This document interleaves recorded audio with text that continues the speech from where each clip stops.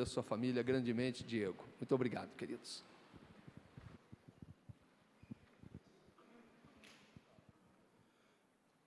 Bom dia, igreja. Saúdo os irmãos com a graça e a paz do Senhor Jesus. Amém? Convido a igreja a abrir suas Bíblias em Mateus capítulo 6, no verso 12.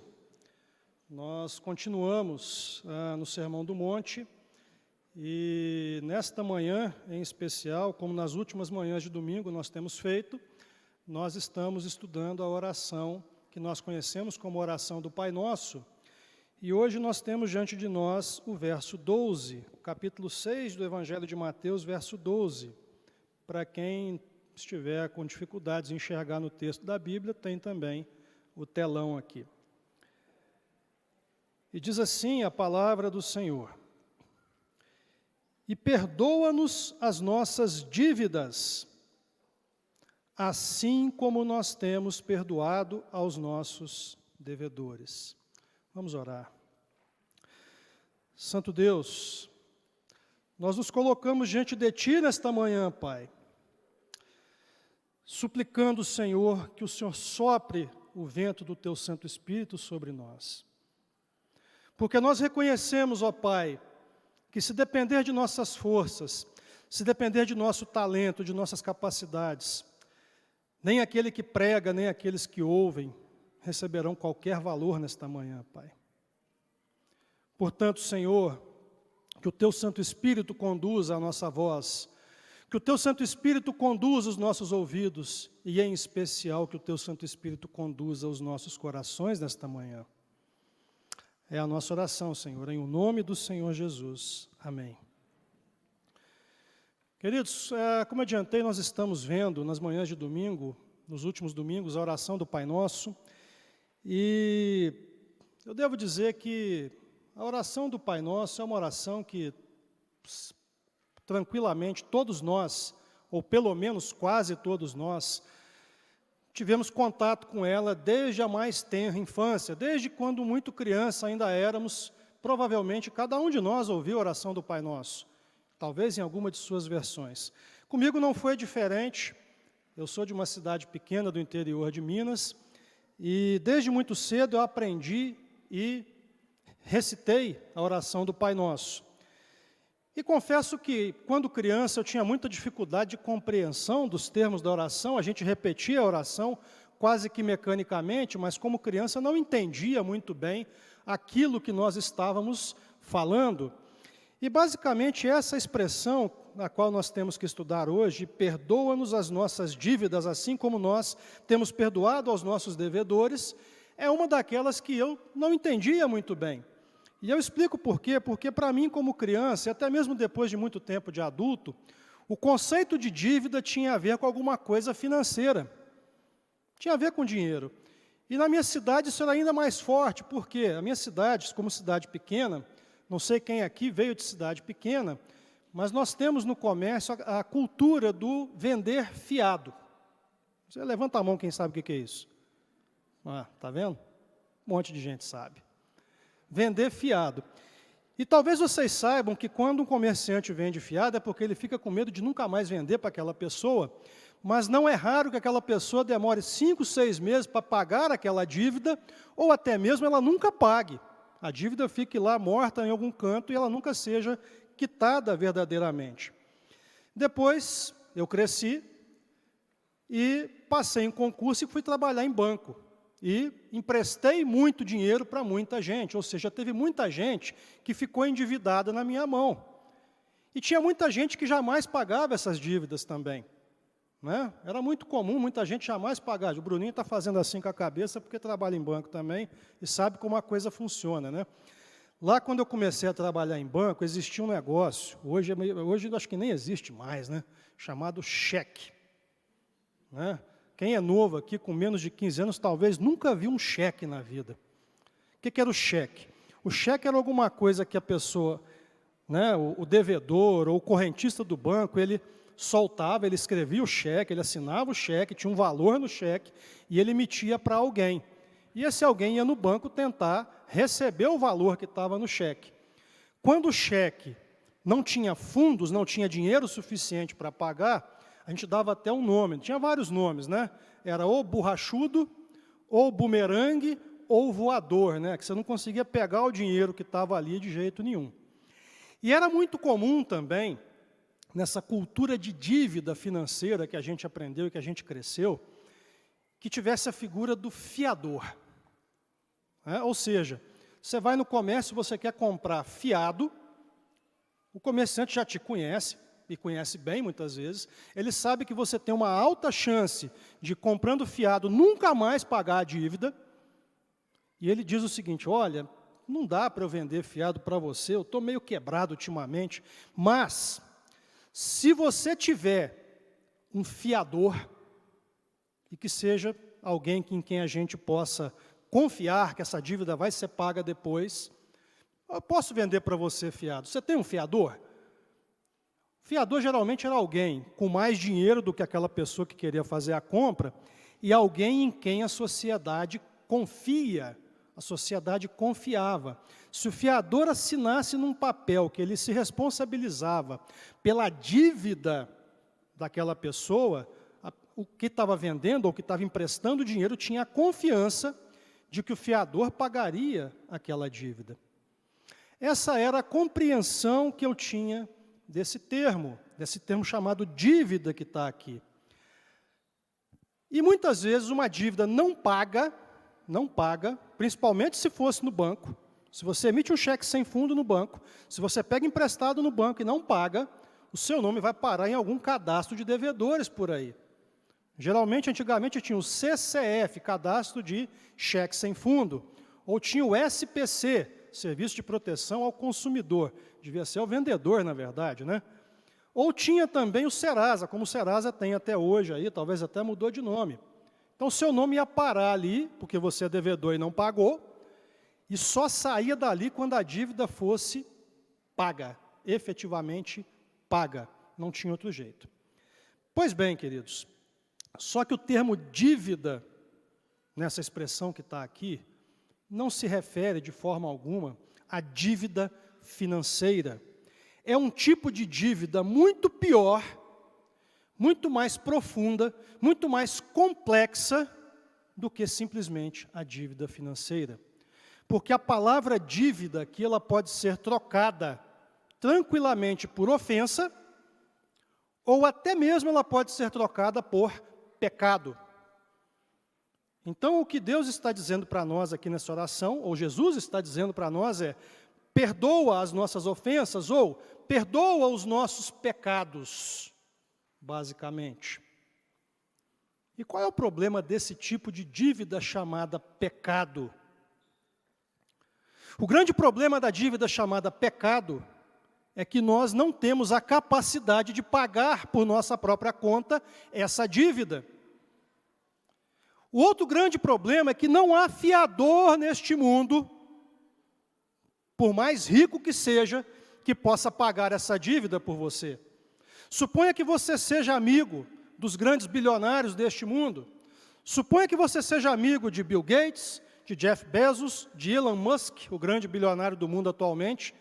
Você poderia ter os três como fiadores ao mesmo tempo da sua dívida aqui, e não ia ser suficiente. Nem todo o dinheiro do mundo poderia pagar a dívida que está descrita nesse texto, que é a dívida chamada pecado. E outro grande problema é o seguinte: imagina que você é um devedor nessa dívida e Deus tem um banco celestial. E você tem que pagar a dívida. Deus tem um banco celestial e você não está pagando a sua dívida, e Deus então tem o Serasa dele. Só que o Serasa de Deus atende pelo nome de inferno. E geralmente quando você vai parar no Serasa de Deus é uma passagem somente de ida. E de lá você nunca sai mais. Esse é o conceito da justiça de Deus. Aquele que deve e não pode pagar, ele tem que pagar a penalidade imposta por Deus.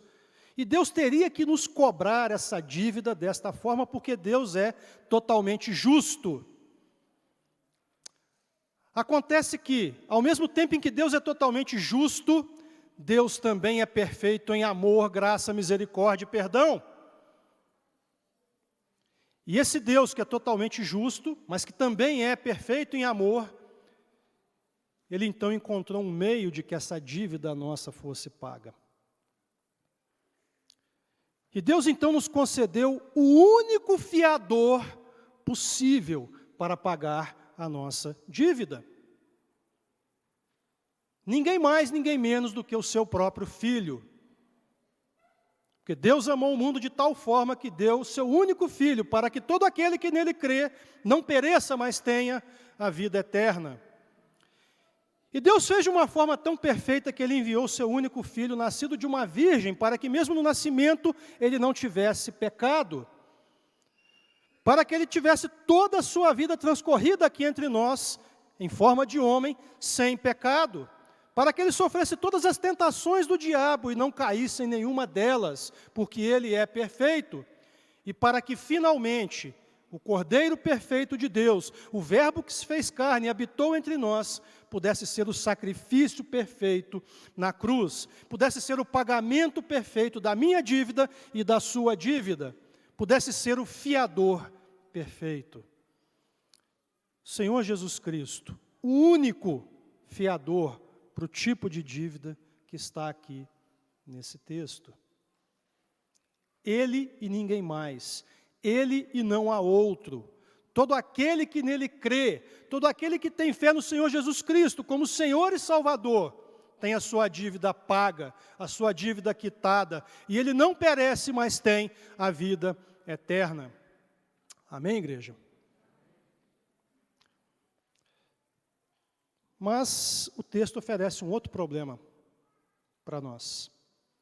Porque o texto diz: perdoa-nos as nossas dívidas, assim como nós temos perdoado aos nossos devedores. O primeiro problema no texto é a compreensão a respeito do que o texto quer dizer. Porque, veja, da forma como o texto está disposto, e até mesmo como muitos interpretam o texto, o que está presente aqui é uma relação de troca. Ou seja, assim como eu perdoo aqueles que me devem alguma coisa, aqueles que me ofenderam ou erraram comigo, o Senhor me perdoa. Tem muitos que interpretam dessa forma. Deixa eu dizer para vocês, não é assim. Não é assim. Para entender essa expressão, a primeira coisa que nós devemos ter em mente é como essa oração começa. Como é que a oração começa? Ela começa com Pai Nosso. E só quem pode chamar o Senhor de Pai é aqueles que são filhos de Deus. E como é que nós temos que entender isso? Quem são os filhos de Deus? Assim como o apóstolo Paulo falou em Romanos capítulo 8, e em Romanos capítulo 8 ele várias vezes fala daqueles que são filhos de Deus por adoção, filhos de Deus como irmãos em Cristo, ou como irmãos adotivos de Cristo, filhos de Deus. E Paulo diz muito claramente lá, aqueles que Deus de antemão conheceu, Ele predestinou. Aqueles que Ele predestinou, Ele chamou. Aqueles que Ele chamou, Ele justificou. Foi paga a sua dívida. Aqueles que Ele justificou, Ele glorificou. E agora eles podem ser chamados filhos de Deus. Então, quem está fazendo a oração e dizendo Pai Nosso, são aqueles que são filhos de Deus e já foram perdoados na cruz pelo Senhor Jesus Cristo. A expressão perdoa as nossas dívidas se refere a uma oração que você faz recorrentemente, você faz todos os dias, você está toda hora recitando, perdoa as minhas dívidas, perdoa os pecados que eu cometi hoje, porque a única coisa na qual eu sou realmente constante é em pecar. A única coisa que eu consigo fazer todo dia, e nisso eu não falho de jeito nenhum, é pecar. E eu preciso do teu perdão, Senhor. Eu preciso verdadeiramente do teu perdão. Perdoa as minhas dívidas de hoje, assim como hoje eu perdoei aqueles que me ofenderam, aqueles que me devem, aqueles que erraram para comigo.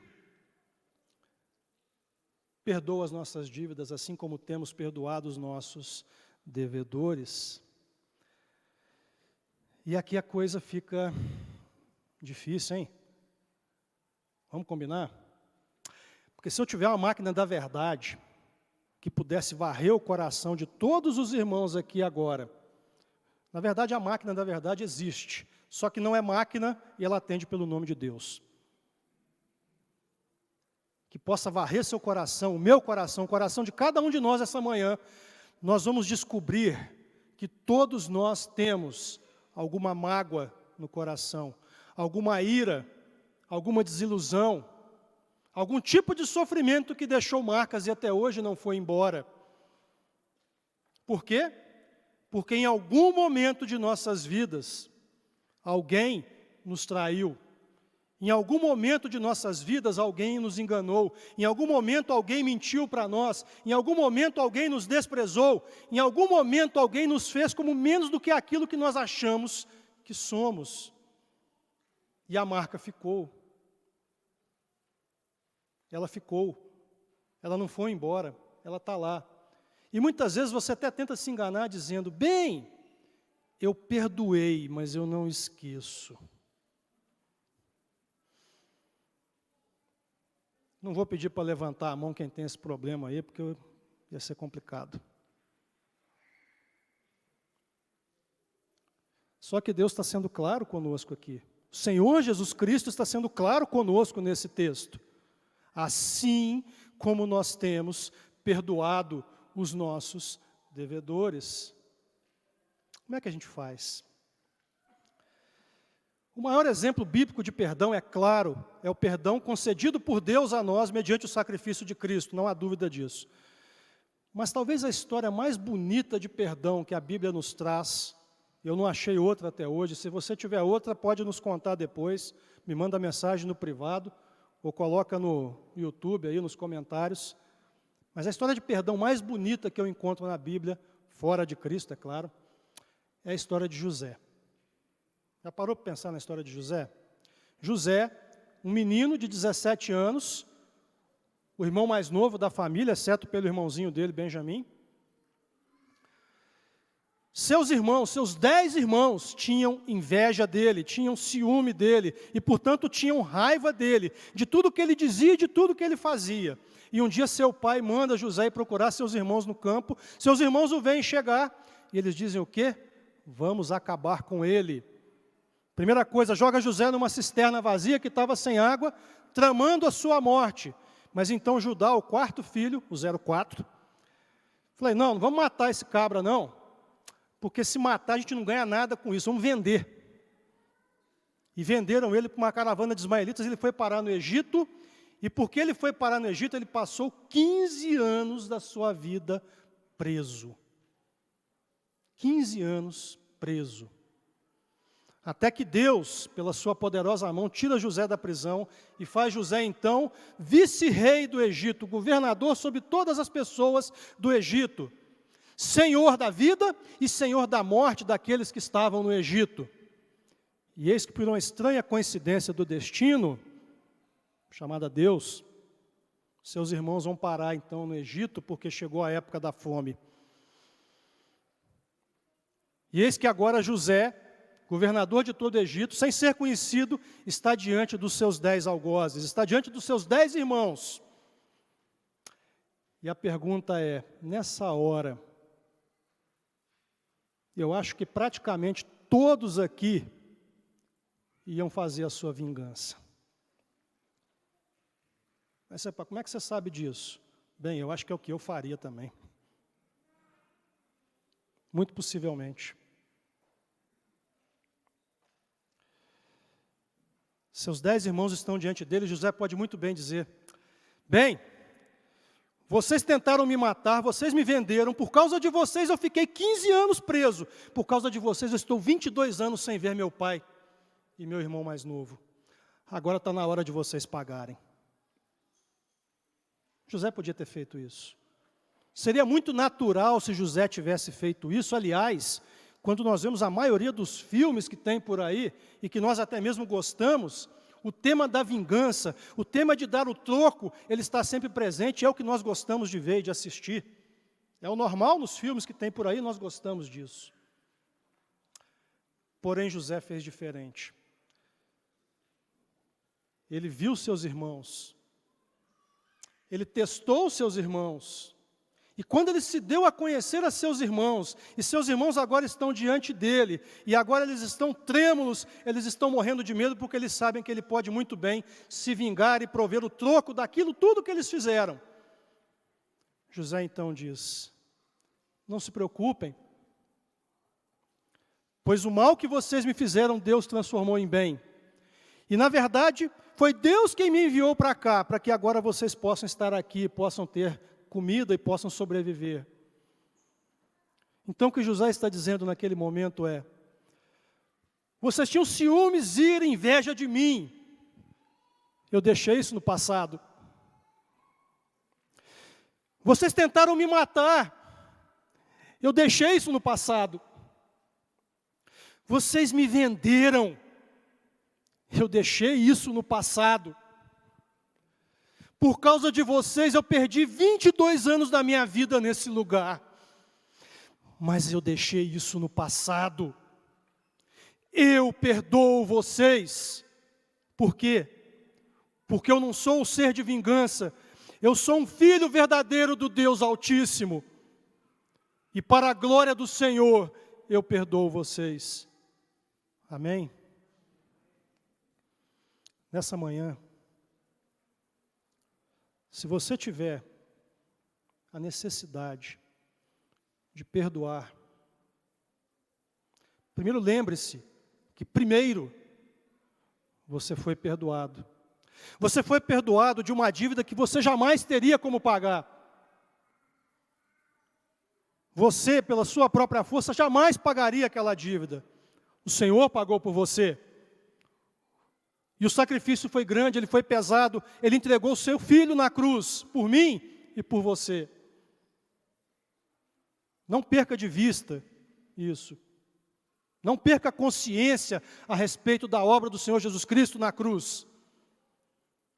Mas mais do que isso, mostre que você foi perdoado.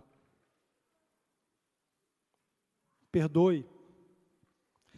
Eu deixei isso no meu passado.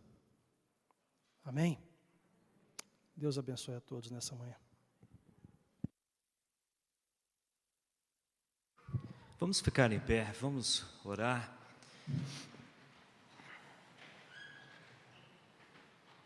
Coloque o seu coração diante do Senhor. Se há alguma coisa que te pesa no seu coração, coloque isso diante de Deus. Algo que você fez no passado, coloque isso diante de Deus. O Senhor entregou o seu único filho para morrer, para perdoar os nossos pecados. Oremos, vamos conversar com o Pai. Pai, nós te agradecemos, Senhor Deus, pelo teu amor que foi demonstrado lá na cruz do Calvário, ó Pai, entregando o teu único filho para morrer, Senhor Deus, em nosso lugar, para que todos os nossos pecados fossem cravados lá na cruz. Aquele que era inocente pagou pelos nossos pecados. Oh, meu Deus, muito obrigado, Senhor Deus, porque agora nenhuma condenação há para aqueles que estão em Cristo Jesus. Nós fomos lavados e fomos livres de toda a culpa, ó Pai. E diante disso, Senhor Deus, o único caminho, ó Pai, que nós temos que fazer é termos a nossa atitude de gratidão diante de tanto amor demonstrado lá na cruz. E agora, ó Pai, que nós possamos, pela Tua ação poderosa, ó Espírito Santo, também perdoar aqueles que nos ofenderam. É difícil, Senhor Deus. Quantas foram as flechadas, quantas foram as palavras que magoaram os nossos corações, atitudes, traições, enganos. Que possamos, Senhor Deus, perdoar, assim como o Senhor também nos perdoou. Pela nossa capacidade, Pai, nós não temos nenhum poder de poder liberar uma mágoa, Senhor Deus, no nosso coração, mas somente a Tua ação poderosa pode nos ajudar nessa caminhada. Senhor Jesus, nos ensine a perdoar, assim como o Senhor também nos ensinou, assim como o Senhor também nos perdoou. Nós te pedimos, ó Pai, esteja nos abençoando durante esse dia, durante a nossa semana. Livra-nos, Senhor Deus, de todo mal, e que possamos sair daqui, ó Pai, dessa santa congregação, com essa palavra, ó Pai, em nosso coração, e não apenas guardá-la, mas temos a mesma atitude que o Senhor teve, e que durante essa semana possamos agir, ó Pai, perdoando aqueles que nos ofenderam, ó Pai. Nos ajude, nos guarda, nos proteja, abençoa, Senhor Deus, o Teu povo. É a nossa oração, em nome do Senhor Jesus Cristo. Amém. Recebamos a bênção. Que a graça do Senhor Jesus, o amor de Deus, o nosso Pai, as bênçãos, as consolações, a presença viva do Espírito Santo, seja com toda a Tua igreja, aqui, espalhada por toda a face da terra, hoje e sempre. Amém.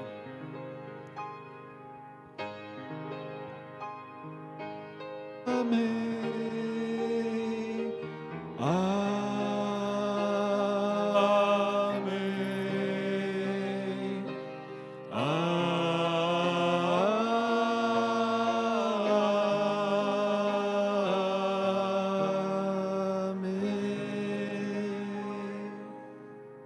Podem se assentar, meus irmãos.